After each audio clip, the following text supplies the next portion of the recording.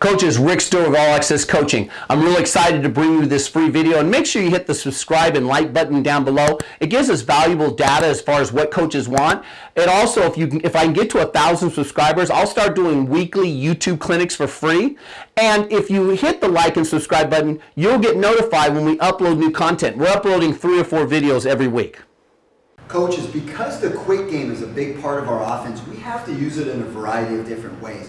So, as we came out with the spread offense 22 years ago, we were throwing a lot of quick game routes during a football game because we were seeing a lot of one safety looks.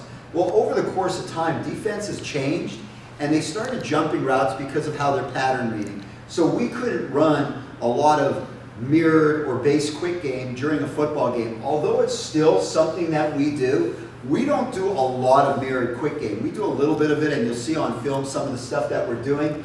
But we've now got more into the other 3 elements of how we use the quick game. So we pair it with the run game. As I mentioned, it's on one of our other courses that you can get where we really dive into our pre-snap and our post-snap RPOs and how we're using that as a weapon in our run game.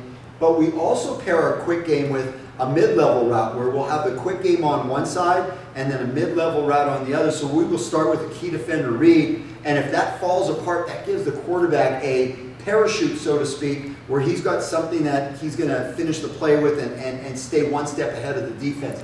And then lastly, we will also pair up the quick game with a bootleg concept where we will have one player into the boundary running a quick game concept, and if that isn't there, the quarterback then boots to the field, and that's a variation of the dash pass that we had seen years ago.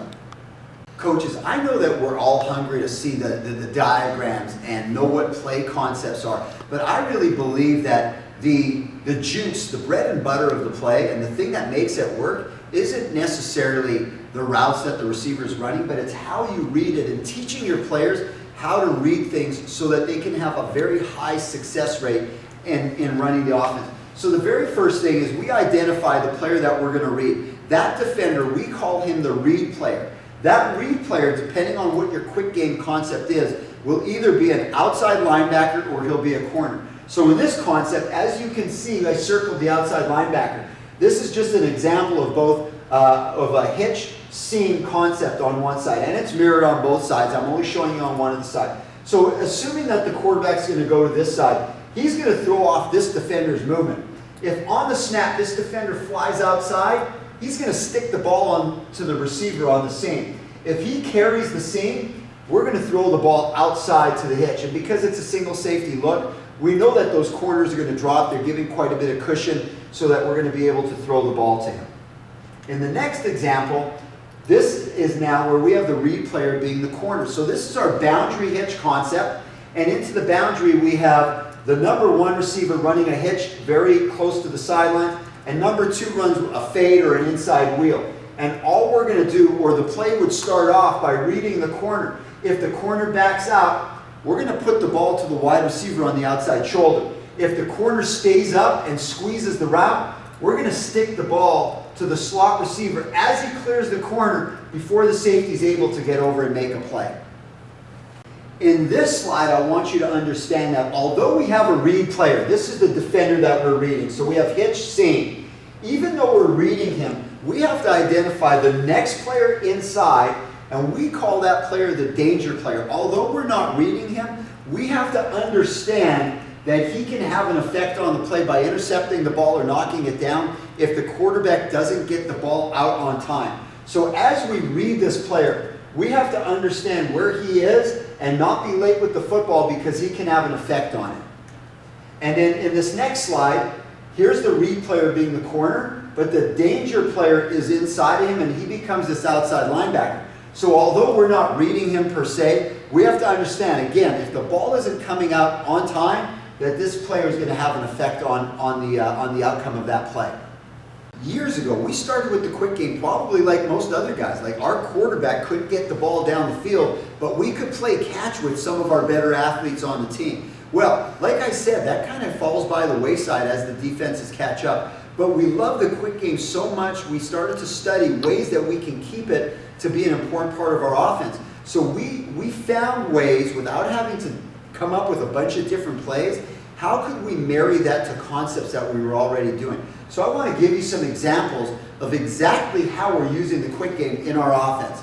Okay, in this example here, you can see that on one side, we're running both receivers on slants. So we call this slant dupe, or duplicate, inside receiver duplicates the outside receiver's pattern. So both of these guys are running a quick game concept. So that's a key defender read on that side. That would be the defender that we're going to read. On the other side is another big part of our offense, is a spacing concept. So we have one receiver that's going to run what we call a modified curl, one receiver is running a sit route in the box, and then a third receiver, in this case our running back, he's going to be the flat player. So the way that we marry these two is the read is going to start out on the left for the quarterback. He's going to take a look and he's going to read this key defender. If that defender works outside, he's going to stick the ball inside. If he climbs with this route, then he's going to throw the ball outside. As you can see, it's a two safety look.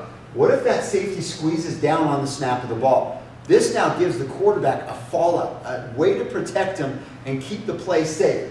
In that case, what he'll do is if he doesn't have a great look in this and he doesn't like the look and feel like he's got a great window to throw the ball, he resets his feet and all he does is he progression reads the other side. So this is an example of one of the ways that we've married it into another concept that we already do and gives us high probability for completion percentage.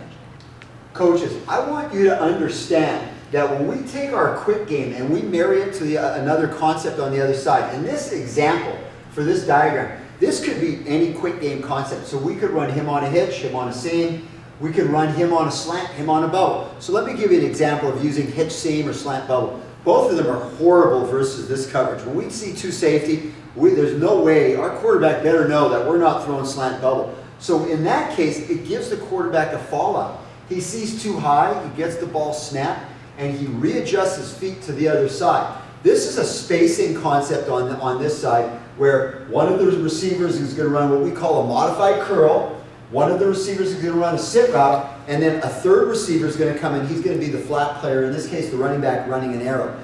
This is the subject of another video that we're doing, another course on intermediates and deep passing game. Now in this video, this shows you how you can incorporate a stick concept on this side, which is part of our quick game, with a mid-level concept with the wide receiver running a dig, and we've got a flat combo on this side. So the quarterback's eyes would start to this side. As long as we have one outside linebacker for both slot receivers, we're good. So in this case, we're going to run a stick route, a quick out, and then the wide receiver is going to clear the corner by running a mandatory outside release. We're going to read the outside linebacker. As long as we have 2 for 1, we know that we're going to be able to get the ball out. But let's just say on the snap, he was kind of coming down, and he came and he flew down on number 2 at the snap, and he rolled up high. This isn't a great concept to run if we're both covered down. So in that case, the quarterback would come off of that look, he'd readjust his feet, and he would progression read on the other side. And again, this is not a route that we normally run in our offense. I'm just trying to show you how you can fit it in with maybe some of the stuff that you're doing. In this diagram, this is taken from a game a few years ago, we have the fade quick out on one side. So this wide receiver, he's going to get an outside release on the corner. This slot receiver is going to run a quick out. Okay, we're going to key this corner. So if this corner drops back, we're throwing the quick out. If he comes up, we're going to throw the fade. But let's just say he comes up and the safety gets over the top right away, and they essentially take away both routes. Okay, we're going to throw a combination, or to one of the players running the combination on the other side. So this is a dig, grab combo on this side with the wide receiver just clearing things out. And again, the quarterback would come off of this side after he takes a look at the key defender, and if they take this play away, he's just going to progression read back to the field. So I've shown you a few different ways that you can use a key defender read and then move on if that's not there with progression reads. Coaches, this is now another example of how we incorporate the quick game, which is something we learned right from day one, with our bootleg concept in our offense. So we've paired quick game with our bootleg concept. Our bootleg concept is actually another course where we dive into in depth of what we're doing in our naked boot game. So this is a variation of that, and it's actually a dash pass. So what we're doing is we tag one receiver, and it's usually the number one receiver, into the boundary.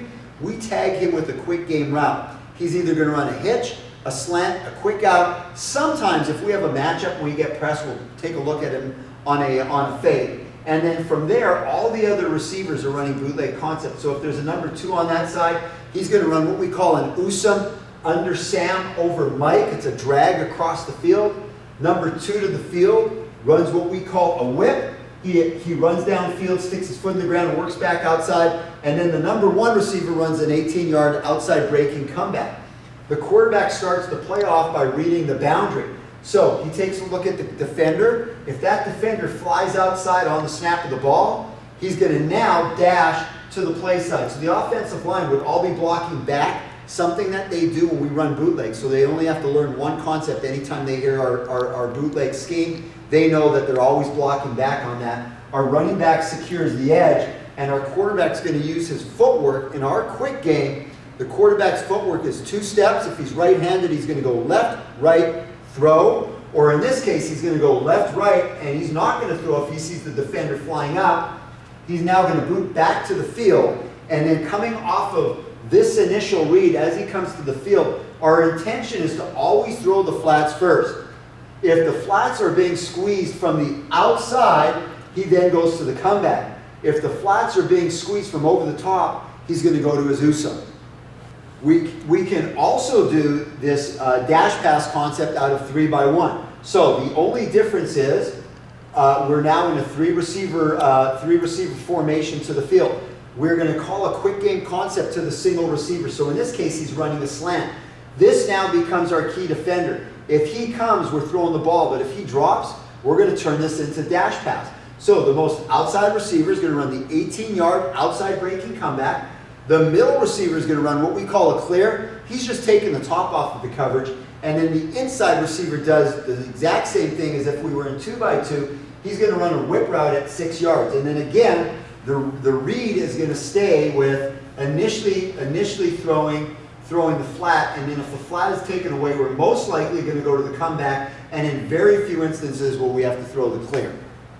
Coaches, I really hope you got some great information from that YouTube video. Again, hit the subscribe and like button down below. It gives us valuable data. And if I get to 1,000 subscribers, I'll do free YouTube clinics.